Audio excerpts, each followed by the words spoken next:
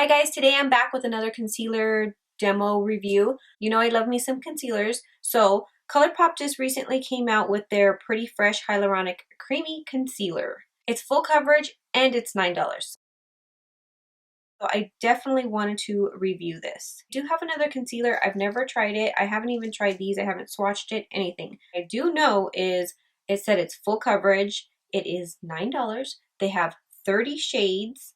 It has hyaluronic acid in it, so it must be hydrating. I'm looking it up on my phone right now just so I can read you guys exactly what it says. Creamy, cushiony concealer with full coverage, so it has a fresh, natural finish. It's blendable. It has hyaluronic acid and coconut water. It's oil-free and ideal for all skin types. So it sounds good. One of the issues right off the bat is kind of the color, the way they look through the tubes. Again, I have not even opened any of these, swatched anything at all. When I first showed them on my Instagram, I had a lot of DMs from people saying that they looked really gray.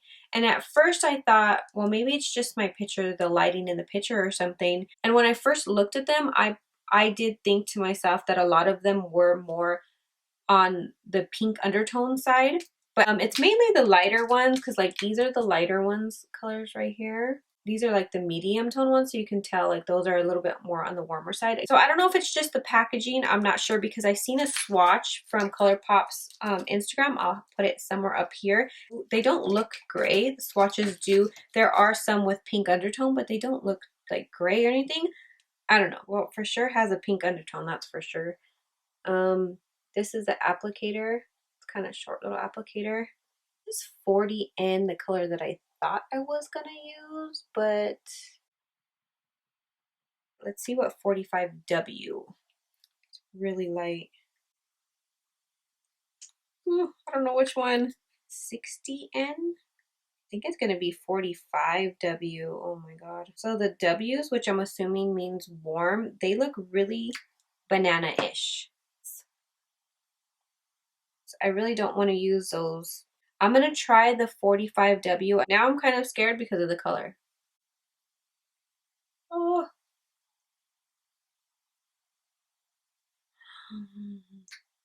I think that's too light. I think I kind of want to mix a little bit of the 40N, because this is like, yeah, I'm mixing a little bit of the 40N. It looked weird on my hand, but it actually looks a little bit better under my eyes. The very first color, 40N, that I put. So I'm just gonna use that.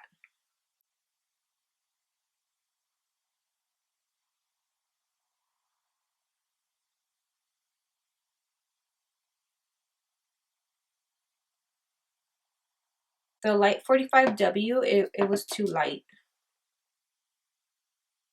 It looks like on my skin, it looks really good. It's just really light. And I think I want to go in with a little bit more. I'm just going to add a little bit more down here.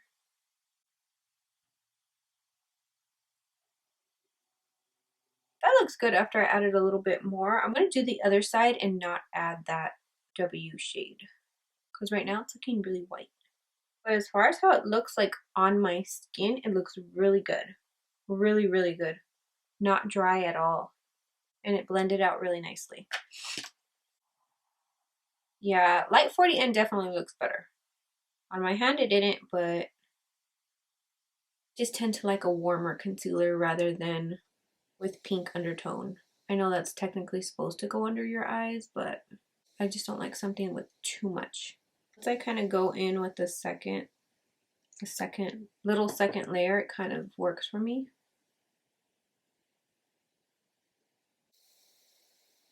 Keep in mind, if you don't normally watch my channel, my under eyes are really bad.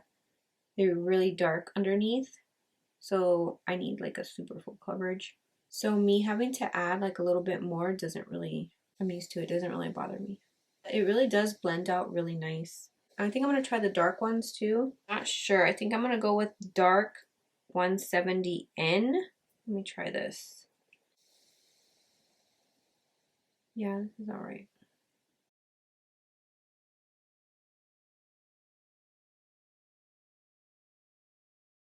Maybe we should blend it out before I put it all over.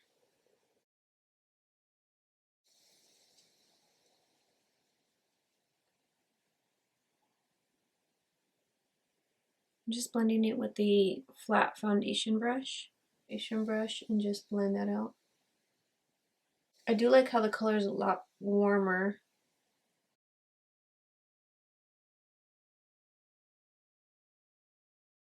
And that color was really nice. I don't know how it's looking on camera, but my under eyes look bright as.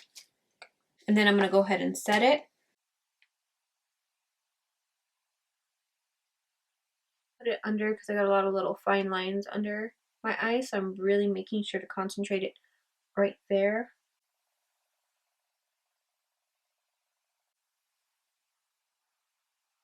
After the powder, it still doesn't look dry.